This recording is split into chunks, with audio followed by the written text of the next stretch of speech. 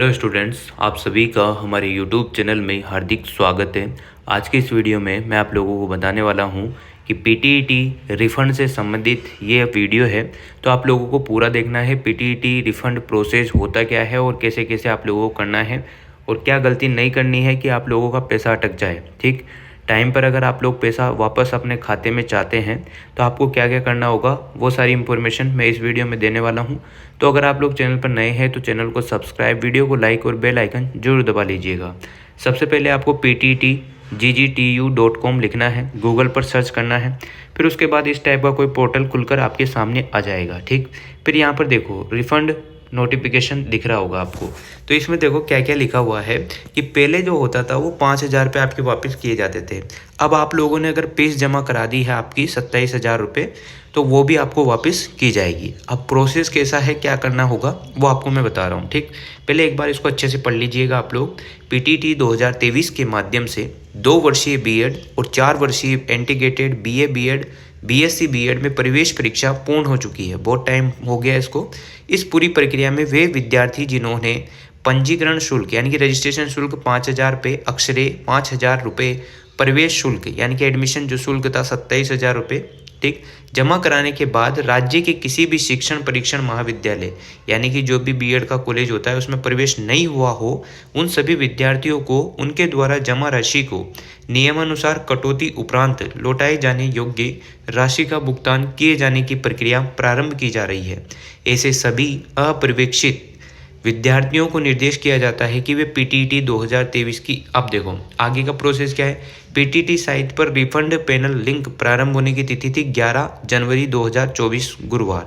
तो कल से ये पैनल स्टार्ट हो गया था। ठीक, कॉलेज पैनल पर बैंक डिटेल भरने और आवश्यक दस्तावेज अपलोड करने की लास्ट तारीख है 25 जनवरी 2024। इसके बाद अगर आप लोग कुछ भी काम करते हो, अगर डेट बढ़ती है तो ठीक है, नहीं बढ़ती है तो इससे पहले पहले आप लोगों को रिफ़ंड का जो भी प्रोसेस है वो पूरा जान लेना चाहिए। तो चलो अब वापस से चलते हैं।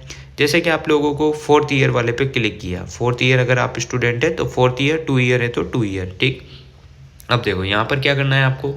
बीए बीएड वाले स्टूडेंट है तो बीए बीएड में अप्लाई करें, बीएससी बीएड में है तो बीएससी बीएड वाले अप्लाई करें। ऐसा नहीं कि बीए बीएड में आप लोग पूरी इंफॉर्मेशन भर दो, नहीं, गलत हो जाएगा।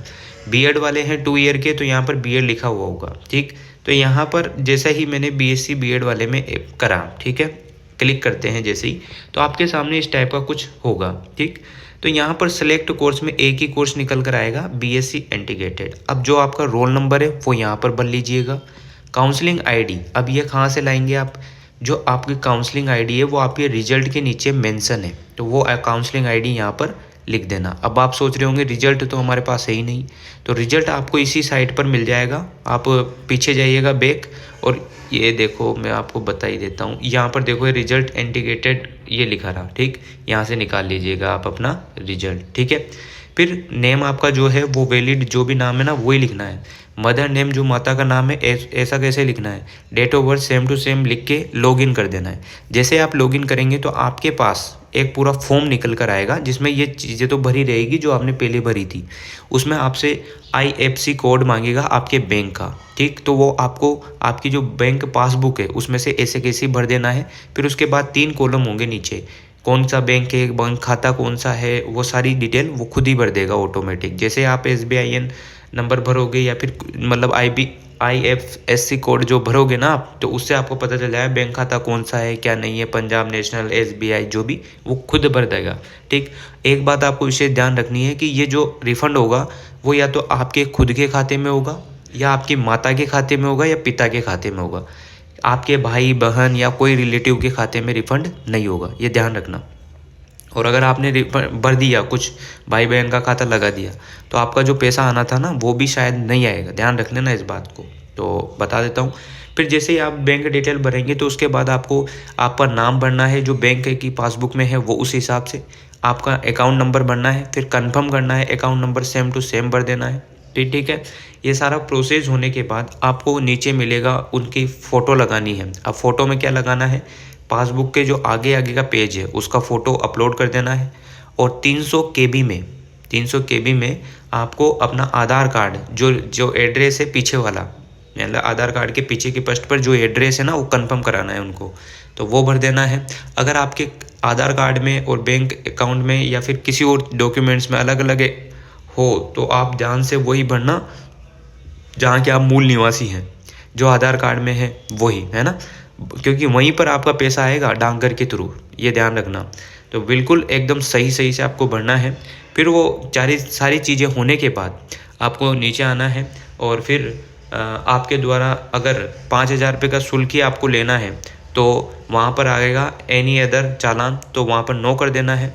और अगर आपको 22,000 रुपये यानी कि 27,000 रुपये सॉरी वो फीस भी लेनी है तो आपको वहाँ पर यस करना है। ठीक, ये सारी इन्फॉर्मेशन भरने के बाद एक बार पूरा फॉर्म चेक कर लें कि आपने कोई मिस्टेक तो नहीं की है ना।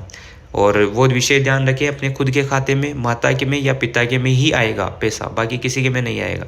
ठीक है, तो ये सारा करने के बाद आपको सेव कर देना है इन्फॉर्मेशन, फिर प्रिंट निकाल लेनी है बस। फिर आपको आईडी नंबर मिल जाएगा जो भी आपका है, 240, 210, 205 जो भी आएगा वो आ जाएगा, उसकी प्रिंट रख लेनी है। फिर आपका ये प्रोसेस जो 25 तारीख होगी, अगर आपकी डेट नहीं बढ़ाते हैं तो 25 से पहले पहले आप लोग सारा प्रोसेस कर लेना। और फिर उसके बाद ना 1 महीने के अंदर अंदर प्रोसेस चालू हो जाता है, अल्फ़ाबेट के हिसाब से आप लोगों को पैसा मिलना स्टार्ट हो जाएगा। तो यही इंफॉर्मेशन थी, उम्मीद करता हूँ आपको समझ में आई होगी। अगर समझ में आई है या वीडियो अच्छी लगी है तो like, comment, share and subscribe. Thanks for watching.